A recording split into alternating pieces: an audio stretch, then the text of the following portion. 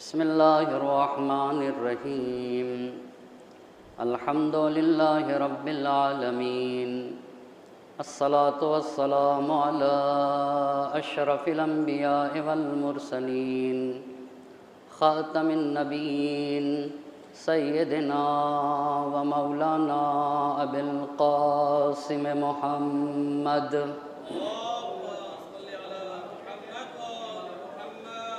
وعلى أهل بيته الطيبين الطاهرين المعصومين ولعنة الله على أعدائهم أجمعين أما بعد فقد قال الله سبحانه تبارك وتعالى في كتابه الحكيم وقوله الحق بسم الله الرحمن الرحيم التائبون العابدون الحامدون السائحون الراكعون الساجدون الآمرون بالمعروف والناهون عن المنکر صلوات پڑھتے بار محمد راج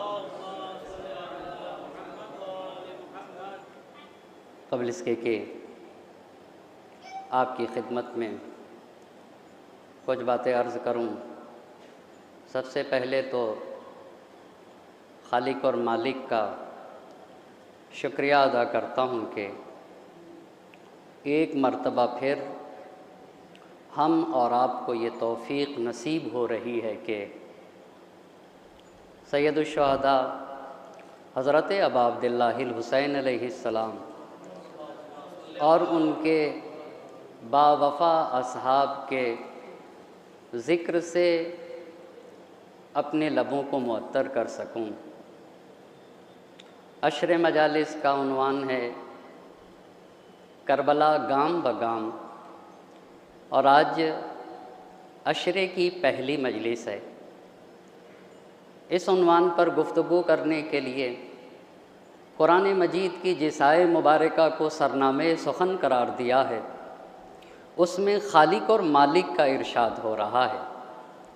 وہ لوگ جو سماج اور معاشرے میں اچھائیوں کو عام کرنا چاہتے ہیں، جو برائیوں کا خاتمہ کرنا چاہتے ہیں، جو خدائے متعال سے معاملہ کرتے ہیں، خدا کی راہ میں مال لگاتے ہیں اور صرف راہ خدا میں مال ہی خرچ نہیں کرتے بلکہ اللہ کی راہ میں اپنی جان دینے کے لیے تیار ہوتے ہیں، ان لوگوں کے شرطوں کو قرآن بیان کر رہا ہے۔ کون لوگ ہیں جو اپنے خالق اور مالک سے عہد و پیمان باندھتے ہیں؟ وہ کن صفات کے مالک لوگ ہوتے ہیں جو خدا کی راہ میں اپنے مال بھی دیتے ہیں اور اپنی جان دینے کے لیے تیار ہوتے ہیں؟ ان کی پہلی شرط قرآن نے کہی التائبون، وہ آب توبہ سے اپنے وجود کو پاک و پاکیزہ بناتے ہیں۔ اور دوسری شرط قرآن نے یہ بتائی العابدون، وہ صرف اور صرف خدائے وحدہ لا شریک کی عبادت کرتے ہیں۔ وہ اپنے مالک کی، اپنے پروردگار کی اور اپنے رب کی بارگاہ میں سر نیاز کو خم کرتے ہیں۔ اور ان کی تیسری شرط یہ ہوتی ہے الحامدون، وہ صرف اور صرف اپنے معبود کی حمد و ثنا کرتے ہیں، دوسرے کو حمد و ثنا کے لائق سمجھتے ہی نہیں۔ السائحون، اور ان کی چوتھی شرط یہ ہوتی ہے کہ کائنات کے ذرے ذرے میں خالق اور مالک کو دیکھتے ہیں، وہ خالق کی نشانیوں سے اپنے مالک تک پہنچتے ہیں۔ اور پانچویں شرط ان کی یہ ہوتی الراکعون، وہ رکوع کرتے ہیں، رکوع میں جا کر کہتے ہیں سبحان ربی العظیم و بحمدہ، میرا پروردگار عظیم ہے، میرا معبود ہر عیب سے پاک و پاکیزہ ہے، میں اسی معبود کی حمد و ثنا کرتا ہوں، میں اس پروردگار کی تسبیح کرتا ہوں جو پروردگار عظیم ہے، جو بلند و بالا ہے، جو عظمتوں کا مالک ہے۔ اور چھٹی صفت قرآن نے یہ بتائی کہ الساجدون، وہ سجدہ کرتے اور سجدے میں جا کر کہتے ہیں سبحان ربی الاعلی و بحمدہ، میرا پروردگار بلند و بالا ہے۔ کبریائی تو صرف خالق اور مالک کا حق ہے، ہر عیب سے پاک و پاکیزہ ہے، وہ منزہ ہے۔ میں اسی رب اعلیٰ، وہ خدا جو پاک و پاکیزہ ہے، وہ خدا جو عظمتوں کا مالک ہے، میں اسی پروردگار کی تسبیح کرتا ہوں۔ میں اپنے معبود کو ہر عیب سے پاک و پاکیزہ جانتا ہوں۔ ان 6 شرطوں پہ جب مصلح فائز ہوتا ہے، جو سماج اور معاشرے میں اصلاح کی کوشش کرتا ہے، جب وہ اپنے کو مالک سے جوڑتا ہے، اپنا سر معبود کی بارگاہ میں جھکا دیتا ہے اور کائنات کے ذرے ذرے میں اپنے خالق اور مالک کو دیکھتا ہے، صرف اور صرف اپنے رب کو لائق تعریف سمجھتا ہے، رکوع میں جا کر کہتا ہے سبحان ربی العظیم و بحمدہ، اور سجدے میں سر رکھ کے کہتا ہے میرا خدا تو ہر عیب سے پاک و پاکیزہ ہے، وہ منزہ ہے، وہ عظیم اور بلند و بالا، میں اس عظیم پروردگار کی حمد و ثنا کرتا ہوں۔ جب یہ صفتیں مصلح میں جمع ہوتی ہیں تو اب وہ جب صالح بن جاتا تو اب سماج اور معاشرے کی اصلاح کی فکر کرتا ہے۔ اب آتا ہے الآمرون بالمعروف، مجھے تو سماج اور معاشرے میں اچھائیوں کو عام کرنا ہے، مجھے تو برائیوں کا خاتمہ کرنا ہے۔ سید الشہداء حضرت ابا عبداللہ الحسین مجاہد اعظم ہیں، شہید اعظم ہیں اور مصلح اعظم ہیں۔ جس مصلح اعظم کی یادگار میں ہم اور آپ فرش عزا کے اوپر بیٹھے ہوئے، تو حسین مصلح اعظم ہیں، اور آیے کریمہ سے صاف یہ پتہ چلتا ہے کہ بڑے کارناموں کے لیے بڑے نفوس درکار ہوتے ہیں، بڑے کام کے لیے بڑی شخصیتوں کی ضرورت ہوتی ہے، لیکن حسین جو مجاہد اعظم ہیں، حسین جو شہید اعظم ہیں، حسین جو مصلح اعظم ہیں، بڑے لوگوں کی پہچان کیا ہوتی ہے، عظیم ہستیوں کے امتیازات کیا ہوتے ہیں، وہ کن صفات کے مالک ہوتے ہیں۔ پہلی صفت، جو انسان عظمتوں کا مالک ہوتا ہے، جسے ہم بڑا انسان کہیں گے، اس کی پہلی شرط یہ ہے کہ وہ فولادی عزم و ارادے کا مالک ہوتا ہے۔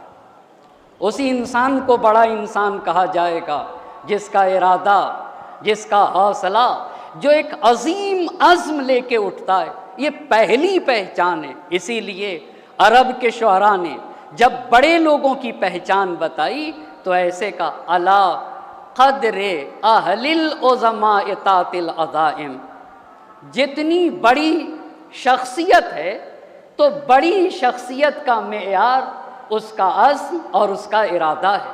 کیسے کسی انسان کو یہ پہچانا جائے گا کہ یہ کتنا بڑا ہے؟ اس کے ارادے سے، اس کے عزم سے اور اس کے حوصلے سے۔ تو بڑے انسان کو پہچاننے کی سب سے پہلی شرط یہ ہے کہ اس کا ارادہ، اس کا عزم اور اس کا حوصلہ دیکھنا ہوگا۔ پوری یزید کی حکومت اور سپاہ یزید، لشکر یزید، پورے لشکر کی یہ کوشش تھی کہ حسین یزید کے لشکر کے سامنے تسلیم ہو جائیں، مگر کتنے عزم و ارادے کا مالک حسین تھا۔ سید الشہداء نے قسم کھا کر کہا لا واللہ لا اوتیکم بیدی اعطاء الذلیل ولا افر فرار العبید۔ اس جملے پہ بھی غور کریے گا، قسم کھا کر کہا خدا کی قسم اکیلا حسین تم سے لڑے گا، اور میں اپنے دونوں ہاتھ کو ذلیلوں کی طرح تمہارے ہاتھ میں دینے والا نہیں۔ اور یہ بھی نہ سمجھ لینا کہ اگر حسین اکیلا ہے تو وہ میدان چھوڑ کے چلا جائے گا۔ یہ بلند ہستیوں کی پہچان ہوتی ہے۔ اور اتنا ہی نہیں، سید الشہداء سارے اصحاب جب شہید ہو چکے، وہاں کے اوپر جو سید الشہداء نے اونٹ پہ سوار ہو کے خطبہ دیا اور لشکر یزید کو خطاب کر کے کہا الا وان الدئی یا ابن الدئی قد رکزنی بین اثنتین بین الذلۃ والذلہ ہیہات من الذلہ. یہ نابکار ابن نابکار عبید اللہ ابن زیاد مجھ سے یہ کہتا ہے کہ یا تسلیم ہو جائیے یا جنگ کریے. وہاں پہ امام عالی مقام نے کہا ہیہات من الذلہ. کیا اسے پتہ نہیں ہے میں عزیز خدا کا نمائندہ ہوں, میری رگوں میں رسول خدا کا خون دوڑ رہا ہے, میرا رشتہ صاحبان ایمان سے ہے. کیا یہ نہیں جانتا کہ میں علی مرتضیٰ کی پاک و پاکیزہ آغوش تربیت میں پلا بڑھا ہوں؟ کیا اسے نہیں پتا میں نے اپنی ماں فاطمہ زہرا سلام اللہ علیہا کا شیر پیا ہے؟ ہیہات من الذلہ. جا کر اس سے کہہ دینا کہ ذلت ہم سے دور ہے. یہ پہلی بات ہوئی. کا شخصیتوں کو پہچاننا ہو تو اگر شب عاشور جب امام حسین علیہ السلام نے اپنے اصحاب سے بیعت ہٹا لی تو اگر اصحاب چلے جاتے تو کیا امام حسین نہ لڑتے؟ اگر شب عاشور سید الشہداء کے اصحاب جب امام نے کہا جاؤ میں تمہاری گردنوں سے اپنی بیعت کو اٹھائے لیتا ہوں, تو کیا امام حسین اگر اکیلے ہوتے تو نہ لڑتے؟ خدا کی قسم جیسے اپنے 72 اصحاب کے ساتھ لڑے بالکل ویسے ہی لڑتے اگر امام حسین علیہ السلام اکیلے ہوتے. بس پہلی شرط عظیم لوگوں کو پہچاننے کی پہلی شرط یہ ہے کہ اس کا عزم, اس کا ارادہ اور اس کے حوصلے کو دیکھنا ہوگا. یہ پہلی شرط. دوسری پہچان عظیم لوگوں کی ہے کہ عظیم لوگوں کی دوسری پہچان ہوتی ہے کہ عظیم انسان وہ ہوتا ہے جس کی روح پاک و پاکیزہ ہوتی ہے, جو ایک عظیم روح کا مالک ہوتا ہے. روح پاک و پاکیزہ ہوتی ہے. اس کا کیا مطلب ہوتا ہے؟ کب کہا جائے گا یہ روح پاک و پاکیزہ ہے؟ جب ایک انسان مقدس ہدف کے لیے قدم اٹھائے, جہاں انسان حق کو دیکھے, جہاں انسان حقیقت کو دیکھے, جہاں انسان انصاف کو دیکھے, جہاں انسان سب کچھ دیکھے پر اپنے کو نہ دیکھے, جہاں انسان سب کچھ دیکھے پر اپنے کو نہ دیکھے, ایسے انسان کی روح مقدس ہوتی ہے. تو عظیم لوگوں کی دوسری پہچان یہ ہے کہ ان کی روح مقدس ہوتی ہے. وہ ذات سے اوپر اٹھ کے کارنامے انجام دیتے ہیں. جب روح بڑی ہوتی ہے تو روح اپنے جسم سے کہتی ہے تمہیں پیچھے رہنا ہوگا اور مجھے آگے, وہاں تمہیں چلنا ہوگا جہاں میں جاؤں گی. بڑی روح اپنے جسم سے کہتی ہے کہ تمہیں میرے پیچھے چلنا ہے. اسی لیے جب روح عظیم ہوتی ہے تو روح اپنے جسم سے کہتی ہے کہ میں تمہیں عزت دینا چاہتی ہوں, میں تمہارے خون کو عظمت بخشنا چاہتی ہوں, تمہیں میدان جہاد میں لے جا کے سر و تن میں جدائی کر کے تمہیں زندہ جاوید بنانا چاہتی ہوں. یہ عظیم روح کی پہچان ہے. پس بڑے لوگوں کی پہلی پہچان یہ ہے کہ ان کا ارادہ عزم و حوصلہ عظیم ہوتا ہے. دوسری پہچان یہ ہے کہ ان کی روح مقدس ہوتی ہے. مقدس روح کی پہچان یہ ہے کہ بڑا انسان اپنے کو نہیں دیکھتا ہے, اپنی ذات سے اوپر ہو کے حق اور حقیقت کو دیکھتا ہے, خدا کی راہ میں حق اور حقیقت کی راہ میں قدم اٹھاتا ہے. یہ دوسری پہچان. تیسری پہچان بڑے انسان کی, حسین مجاہد اعظم کا نام, بڑے انسان کی تیسری پہچان یہ کہ اس کی نگاہ میں صرف اور صرف خدا بڑا ہوتا ہے اور اس کا دین بڑا ہوتا ہے. بہت اہم بات ہے نا. خدا ما سوی اللہ, خدا کے علاوہ ساری چیزیں اس کی نگاہ میں چھوٹی ہوتی ہیں. اس کا مالک بڑا ہوتا ہے, اس کا پروردگار بڑا ہوتا ہے, اور مالک و خالق کا دین اور آئین بڑا ہوتا ہے. کتنا عظیم فرمان ہے معصوم کا, ان جمیع ما طلعت علیہ الشمس فی مشارق الارض ومغاربها بحرها وبرها ساحلها وجبلها عند ولی من اولیاء اللہ او اہل المعرفت بحق اللہ کفیض سلال. امام کے اس جملے پہ توجہ کریے گا. سید الشہداء سے بھی یہ حدیث ہے, ہمارے اور آپ کے چوتھے امام امام زین العابدین علیہ السلام سے بھی یہ حدیث یہ ہے کہ جہاں جہاں سورج نور افشانی کرتا ہے, چاہے وہ دریا ہو, چاہے وہ خشکی ہو، چاہے وہ ہموار زمین ہو، چاہے وہ غیر ہموار زمین ہو، جہاں جہاں سورج نور افشانی کرتا ہے، یہ پوری کائنات اس کی نگاہ میں جو اللہ کی معرفت رکھتا ہے، جو اپنے سر نیاز کو اپنے معبود کی بارگاہ میں جھکائے ہوتا ہے، پوری دنیا اس کی نگاہ میں کفی الظلال، ایک سائے کی طرح ہوتی ہے۔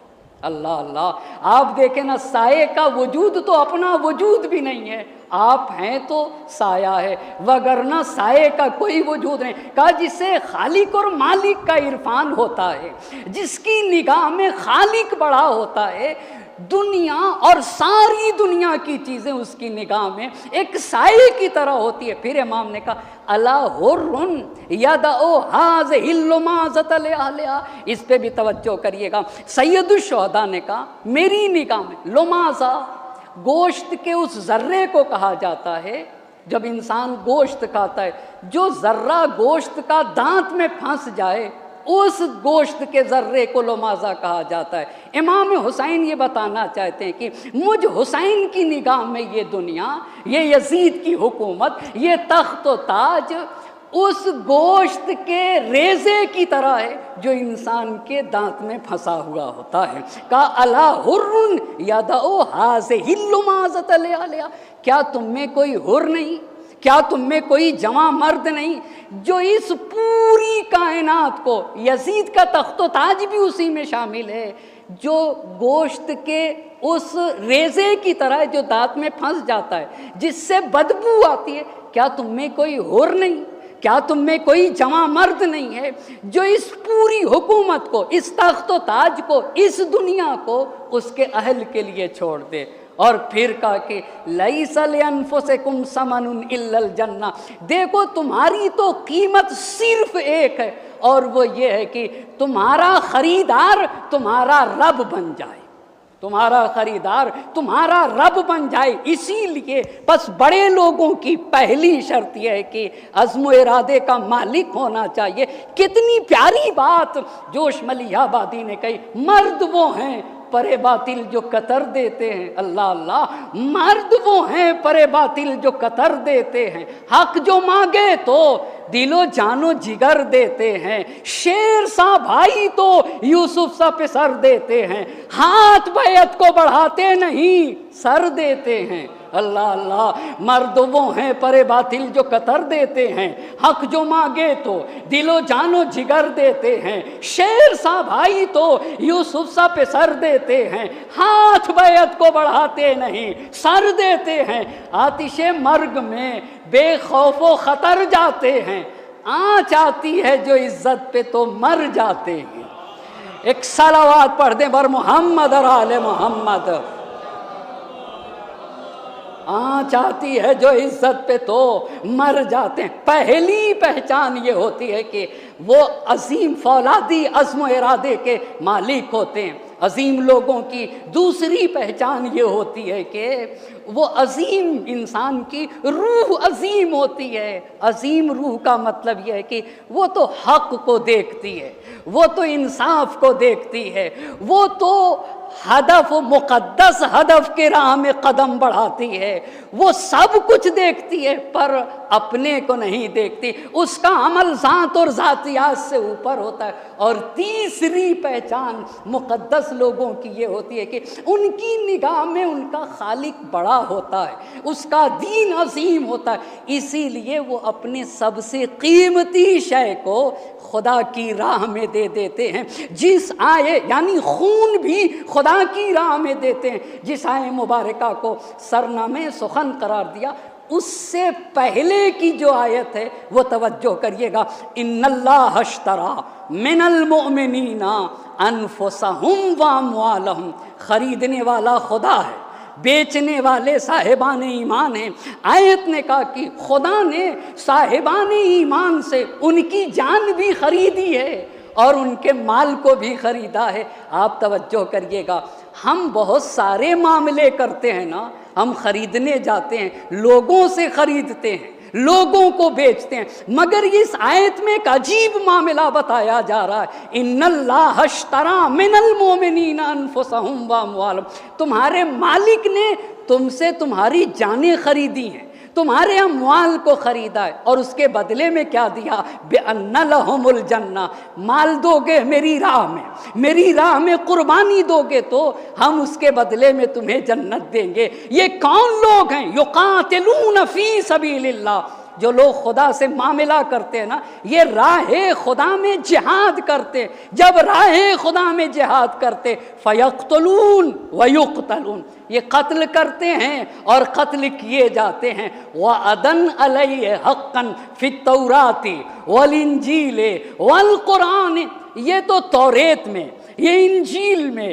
اور یہ قرآن میں اللہ کا سچا وعدہ ہے۔ وَمَنْ أَوْفَى بِعَهْدِهِ مِنَ اللَّهِ، اور تمہارے مالک سے زیادہ وعدے کی وفا کون کر سکتا ہے؟ اللہ اللہ، تم نے اپنے خالق سے جو معاملہ کیا ہے نا، وہ تمہارا خالق ہے، اس نے اس کے ہاتھ اگر اپنی جان بیچی، اپنے مال کو بیچا ہے نا، تو وہ تمہیں اس کے بدلے میں جنت دے گا، اور اس سے زیادہ وعدے کی وفا کرنے والا کون ہے؟ فَاسْتَبْشِرُوا بِبَيْعِكُمُ الَّذِي بَایَعْتُمْ بِهِ، دنیا کے کسی بھی انسان سے معاملہ کر کے خوش ہو یا نہ ہو، مگر اگر تم نے اپنے رب سے معاملہ کر لیا تو یہ معاملہ تم کو مبارک ہو۔ کیوں مبارک ہو؟ اس لیے کہ تم نے اپنے رب سے معاملہ کیا ہے، اپنے مال کو راہ خدا میں لگایا، اپنی جان کو راہ خدا میں دے دیا ہے نا، تو اس کے بدلے میں تمہارا مالک تمہیں جنت دے گا۔ وَذَلِكَ هُوَ الْفَوْزُ الْعَظِيمُ، اور یہی تو سب سے بڑی کامیابی ہے۔ مگر اس منزل تک پہنچنے کے لیے اتنی شرطیں ہیں۔ التائبون، پہلے اپنے مالک سے جڑ جاؤ، آب توبہ سے اپنے وجود کو پاک و پاکیزہ بنا لو۔ العابدون، اپنے مالک کی بارگاہ میں سر نیاز جھکا دو۔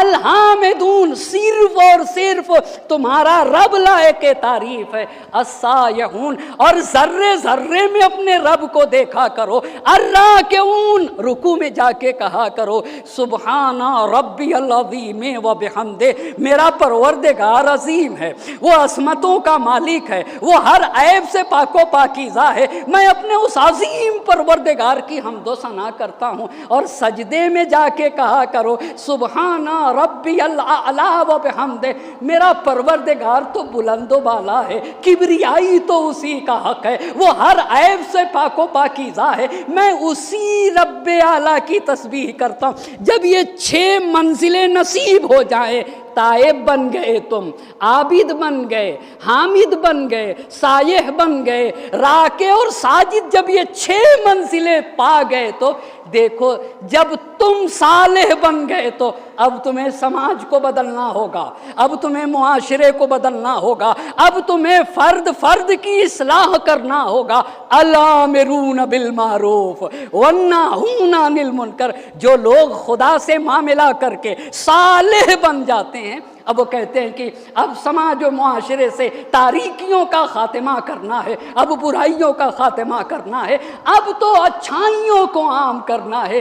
اسی لیے کربلا کے عظیم یادگار آپ دیکھیں نا، جوش ملی آبادی نے سید الشہداء کو کن لفظوں سے سراہا ہے، سورما فتنہ باطل کو مٹا دیتے ہیں۔ حسین کو جوش ملی آبادی نے سورما سے تعبیر کیا، جو باطل کے خلاف ڈٹ کے کھڑا ہو اسی کو سورما کہا جاتا ہے نا، جو حق کی راہ حق میں اپنی جان لگاتے ہیں اسی کو سورما کہا جاتا ہے۔ سورما فتنہ باطل کو مٹا دیتے ہیں، خون دہکے ہوئے ذروں کو پلا دیتے ہیں، اپنی گودوں کے چراغوں کو بجھا دیتے ہیں، اپنے چاندوں کو اندھیروں میں سلا دیتے ہیں، مثل شبیر جو پیغام عمل دیتے ہیں، ایسے ہی لوگ زمانے کو بدل دیتے ہیں۔ ایک صلوات پڑھیں بر محمد اور آل محمد۔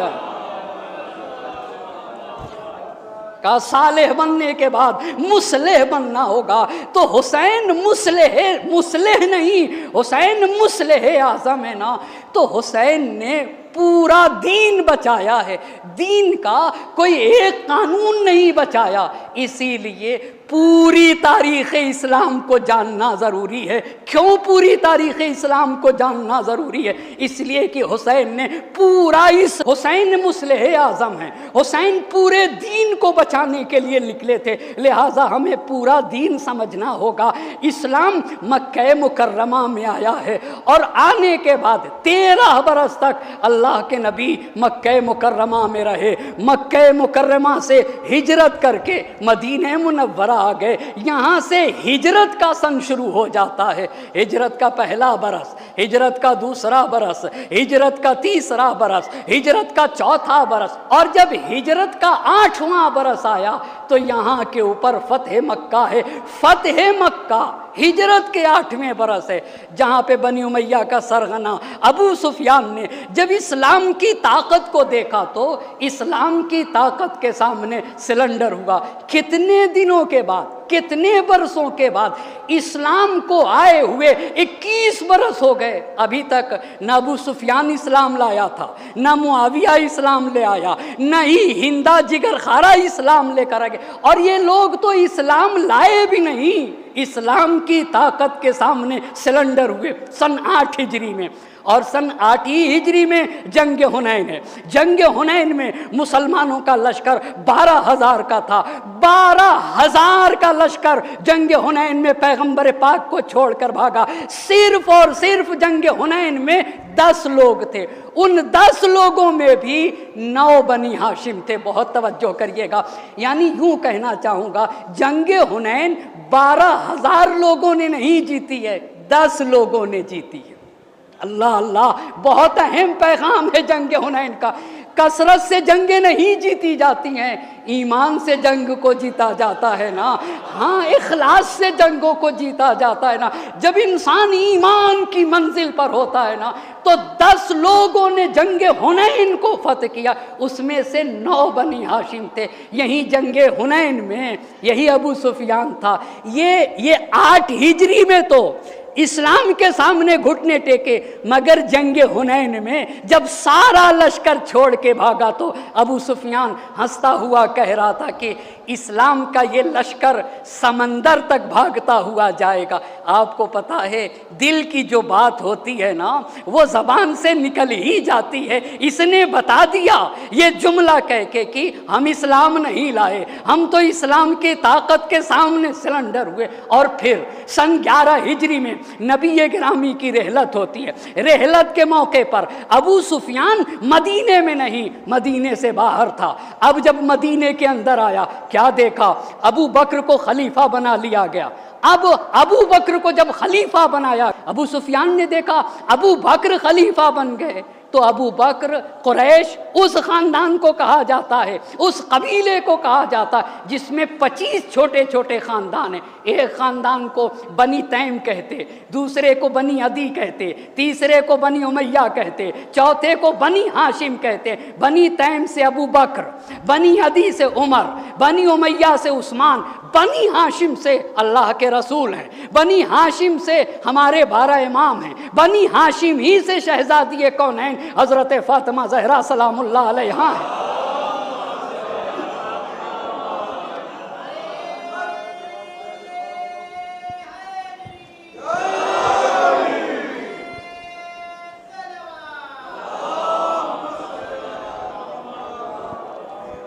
اچھا تو بس ادھر نبی کی حیات میں اس نے کہا کہ نبی کی زندگی میں ابی سفیان نے کہا کہ اب یہ لشکر تو سمندر تک جائے گا۔ نبی کی رحلت کے بعد دیکھا کہ ابو بکر خلیفہ بن گئے تو ابو سفیان امام کے پاس آیا، مولا علی کے پاس آنے کے بعد کہتا ہے کہ کتنے افسوس کی بات ہے، کتنے افسوس کی بات ہے، عرب کے رذیل ترین خاندان، سب سے پست خاندان بنی تیم، بنی تیم سے پہلے خلیفہ، کتنے افسوس کی بات ہے، عرب کے سب سے پست خاندان بنی تیم کا ایک شخص خلیفہ بن گیا. اے علی اگر آپ کہیں تو مدینے کو سواروں اور پیادوں سے بھر دوں. مگر امام علی کسی جذباتی انسان کا نام نہیں تھا. وہ نباز فطرت کو علی مرتضیٰ کہا جاتا ہے.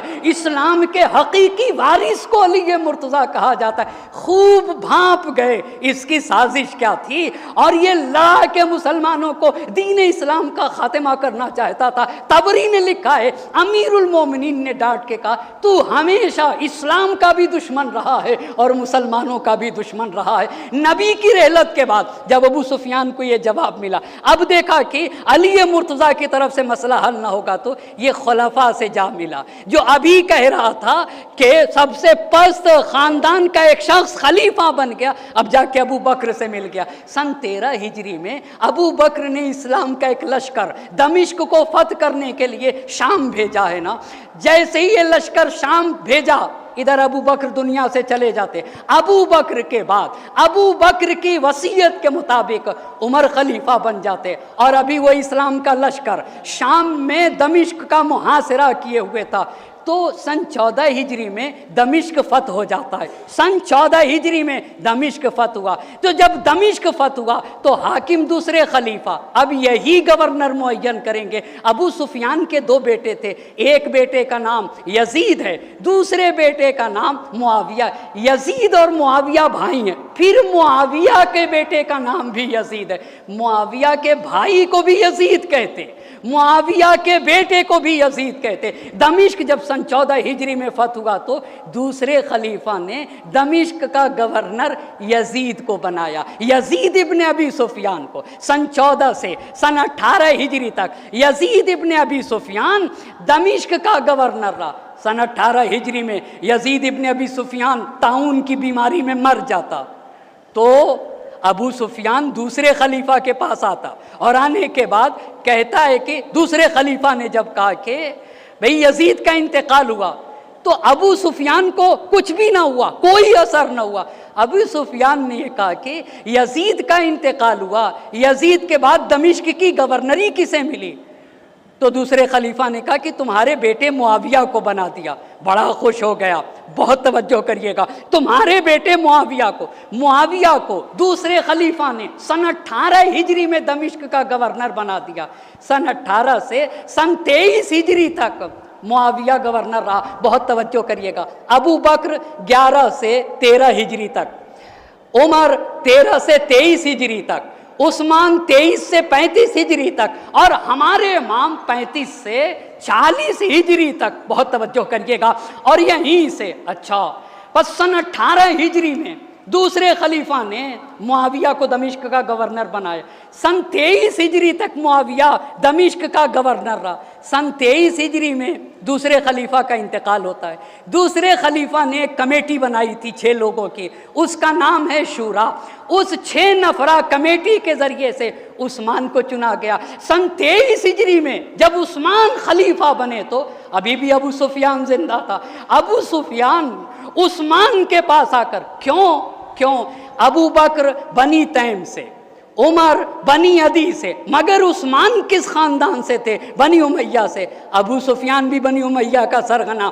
جب تیسرے خلیفہ آئے تو ابو سفیان تیسرے خلیفہ کے پاس آ کر کہتا ہے سارت الیکا بعد تیمن وعدی. اے عثمان، بہت توجہ کرے گا میرا مجمع، اے عثمان، بڑے زمانے کے بعد حکومت تم تک پہنچی ہے. پہلے بنی تیم کے شخص نے حکومت کی، ابو بکر نے، اس کے بعد بنی عدی نے حکومت کی یعنی عمر نے. سارت الیک بعد تیم وعدی وادرھا کالکرہ.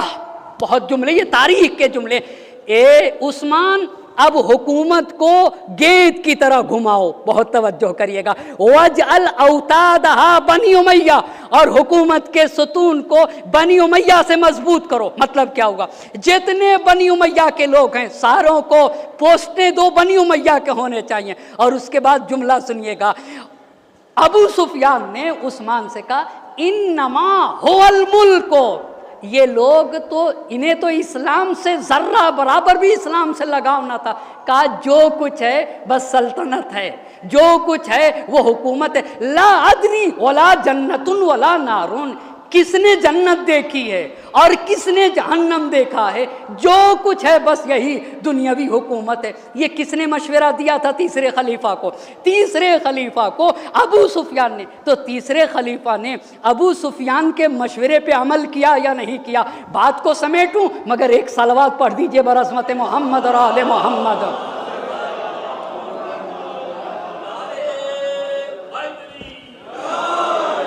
اگر تھوڑا سا آگے تشریف لیتے ہیں، ایک اور صلوات پڑھ دیجئے برحمت محمد اور آل محمد۔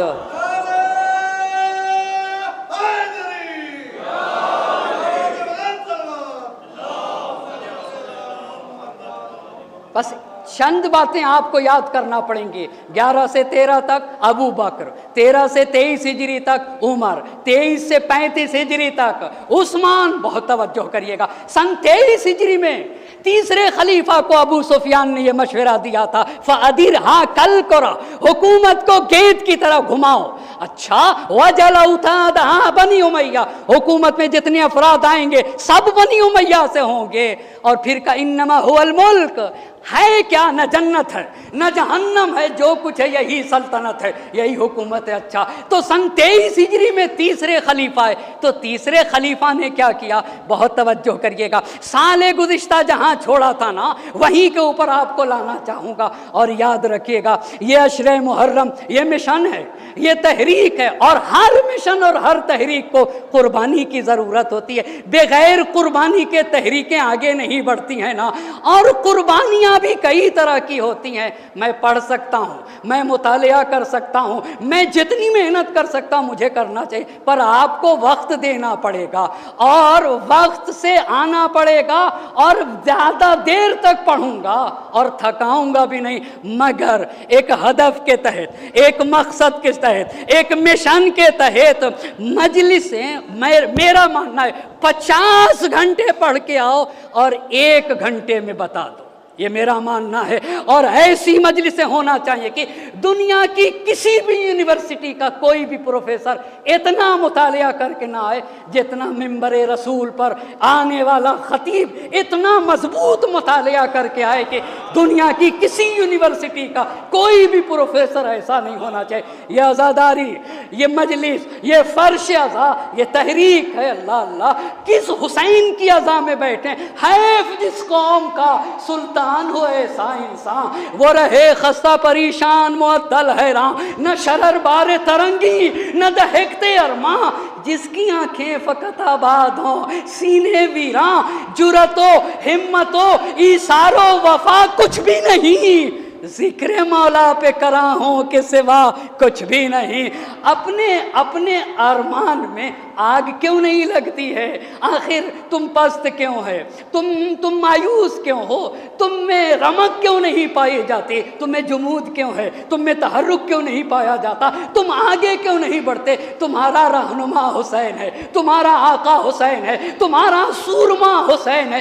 حیف جس قوم کا سلطان ہو ایسا انسان، وہ رہے خستہ پریشان معطل حیران، نہ شرر بار ترنگی نہ دہکتے۔ اسی کو علامہ اقبال نے کہا، نکل کر خانقاہوں سے ادا کر رسم شبیری، اللہ اللہ، نکل کر خانقاہوں سے ادا کر رسم شبیری، کہ فقر خان کا ہی ہے فقط اندوہ دلگیری، اللہ اللہ۔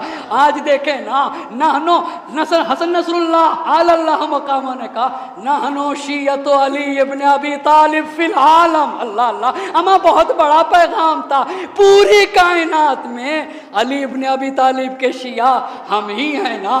آج دیکھیں نا دنیا کی جو صورتحال ہے، دنیا کی جو صورتحال ہے، ہاں، جس میں علوی خون ہوتا ہے، جس میں نبوی خون ہوتا ہے، جس کی رگوں میں ہاشمی خون ہوتا ہے، جس کی رگوں میں فاطمی خون ہوتا ہے، جو اللہ سے جڑا ہوا ہوتا ہے، جو اپنے مالک کا ہوتا ہے نا، ہاں وہ رب سے تو ڈرتا ہے، مگر یہی تو کمال ہے۔ میرے معصوم نے کہا، جس کے دل میں خوف الہی آ جائے گا میں اس کا خوف دنیا کے دل میں ڈال دوں گا۔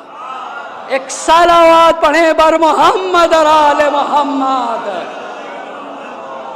شرط ہے کہ جو خدا سے ڈرے گا دنیا اس سے ڈرے گی۔ اللہ اللہ، آج آپ دیکھ لینا، تمہارا سورما تمہارا مولا حسین ہے تو سن 23 ہجری میں آ کے مشورہ دیا تھا ابو سفیان نے، تیسرے خلیفہ کو مشورہ دیا تھا، تو تیسرے خلیفہ نے کیا کیا، کیوں تیسرے خلیفہ کا قتل ہوا؟ بہت تفصیلی گفتگو کی تھی نا، خلاصہ پیش کروں گا۔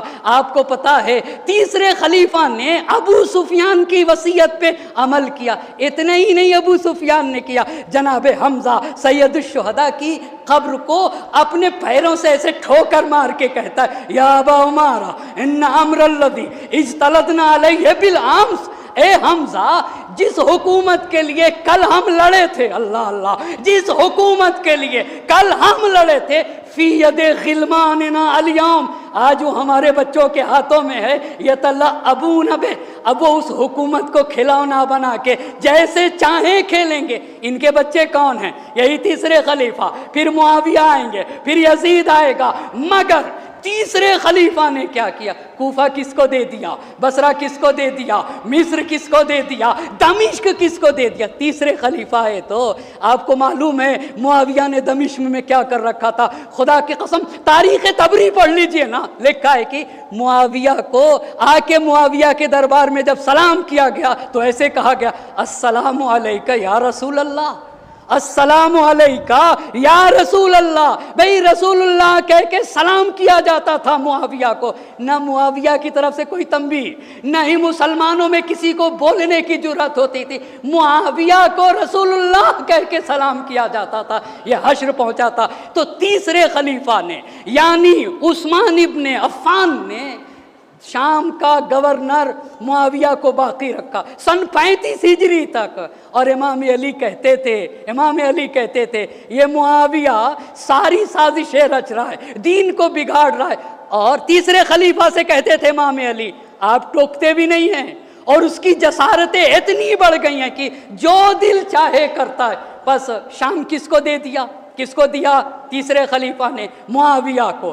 اچھا کوفہ کس کو دیا؟ کوفہ ولید ابن عقبہ ابن ابی معیط کو۔ یہ ولید ابن عقبہ ابن ابی معیط کون تھا؟ تیسرے خلیفہ کا سوتیلا بھائی تھا۔ یہ تھا کون؟ یہ بے دین تھا، یہ فاسق تھا۔ اسی کے بارے میں قرآن کی وہ آیت نازل ہوئی ہے، اگر تمہارے پاس کوئی فاسق خبر لے کر آئے تو اس کی خبر پر اعتماد نہ کرنا۔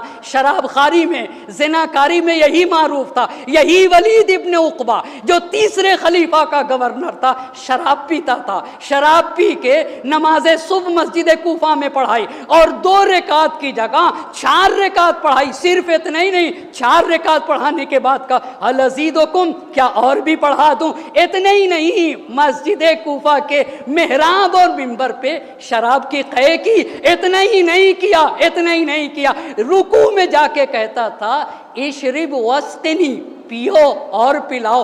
آپ کو کربلا کے عظیم یادگار مشن پہ توجہ کرنے کی ضرورت ہے۔ اگر حسین کا قیام نہ ہوتا تو الیاذ باللہ یہ کہاں تک بدلتے دین کو؟ ذکر رکوع میں جا کے کہہ رہا تھا کہ واشرب واسقنی، یہ پڑھا جائے گا، شراب پیو اور شراب پلائی جائے۔ یہ کوفہ میں کس کا گورنر تھا؟ یہ تیسرے خلیفہ کا۔ اچھا بصرہ کا گورنر کون تھا؟ عبداللہ ابن عامر بن قریظ، نہایت عیاش انسان تھا۔ لوگوں نے اس کی شکایت کی، بصرے کے لوگوں نے، تیسرے خلیفے پر کوئی اثر نہ ہوا۔ پس کوفہ ولید ابن عقبہ بن ابی معیط، بصرہ کس کو دیا؟ عبداللہ ابن عامر بن قریظ۔ اچھا مصر کس کو دے دیا؟ عبداللہ ابن ابی سر۔ عبداللہ ابن ابی سر کون تھا؟ یہ ان کا رضائی بھائی تھا۔ بصرے کا گورنر ان کا ماموزاد بھائی تھا، کوفے کا گورنر ان کا سوتیلا بھائی تھا۔ شام کس کو دے دیا؟ شام معاویہ کو دے دیا۔ آپ کو پتا ہے مصر جس کو دیا تھا اتنا گستاخ تھا کہ رسول پاک کا مسخرہ اڑاتا تھا۔ پیغمبر پاک نے اسی عبداللہ ابن ابی سر کے لیے کہا تھا اس کا خون مباح ہے، جہاں بھی پاؤ اگر یہ کعبے کے پردے سے بھی چپکا ہونا تو اس کو قتل کر دینا۔ تو اہم عہدے تو اپنے رشتہ داروں کو دے دیا۔ بات صرف رشتہ داروں کی نہیں تھی، بے دینوں کو دے دیا۔ صرف رشتہ داروں کی بات نہیں تھی، فاسقوں کو دیا۔ پس تیسرے خلیفہ نے جو خلاف ورزیاں کی ہیں، پہلی خلاف ورزی اہم عہدے بنی امیہ کے بے دینوں کو دے دیا۔ اتنا ہی نہیں، آپ کو پتا ہے اما جسے رسول رحمت بھگا دے وہ کتنا پست انسان ہوگا۔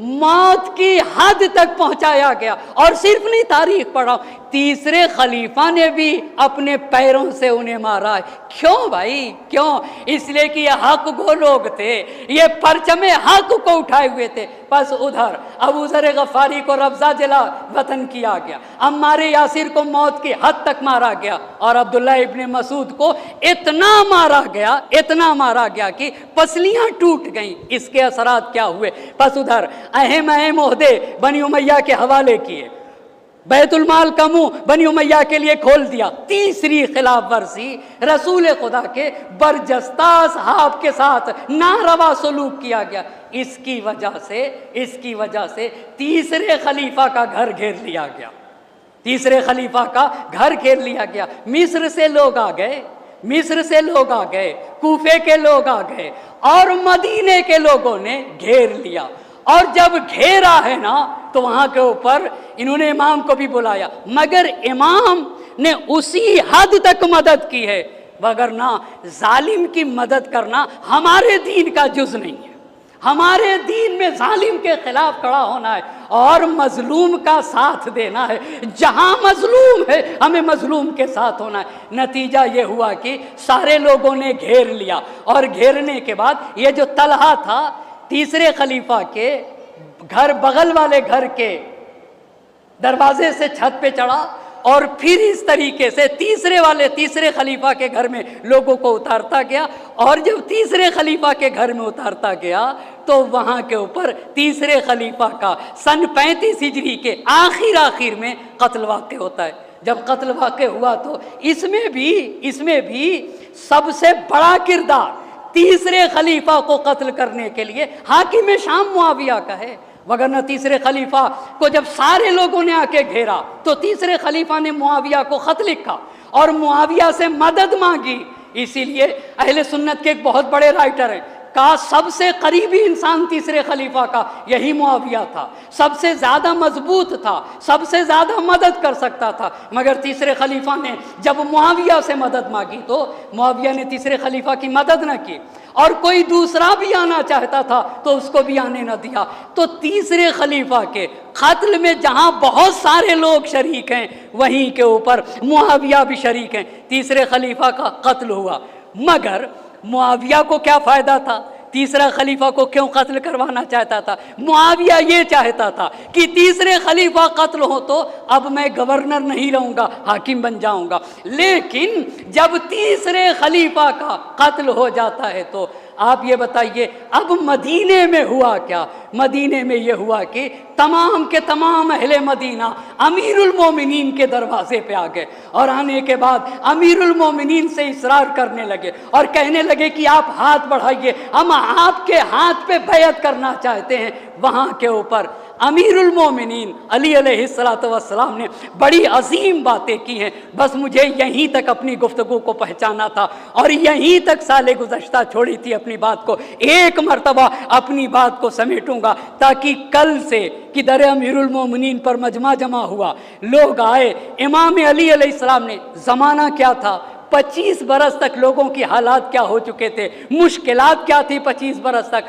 امیر المومنین نے کیا کیا باتیں کی، امیر المومنین کے ہاتھوں پہ بیعت کیسے کی گئی، پھر بیعت کرنے کے بعد طلحہ اور زبیر نے مخالفت کیسے کی، مخالفت کرنے کے بعد طلحہ اور زبیر مدینے سے مکے چلے گئے، مکے میں عائشہ کو خط لکھ دیا، حضرت عائشہ کو اپنے سے جوڑ لیا. عائشہ کو جوڑنے کے بعد یہ پلاننگ کی کہ علی کے خلاف پرچم مخالفت بلند کیا جائے، اور پھر علی کے خلاف جنگ کی سازش کی گئی کہ نتیجے میں اسلام کی وہ پہلی جنگ ہے جہاں 2 مسلمان لڑے، وہ واقع ہوتی ہے جسے ہم اور آپ جنگ جمل کہتے ہیں، کہ انشاءاللہ اس عشرے میں اسے ہم اور آپ تفصیل سے جاننا چاہیں گے. آج جتنی باتیں آپ کی خدمت میں عرض کر سکا ان باتوں کو سمیٹنا چاہوں گا. حسین مجاہد اعظم ہے، حسین شہید اعظم ہے، حسین مصلح اعظم ہے، اور عظیم انسانوں کی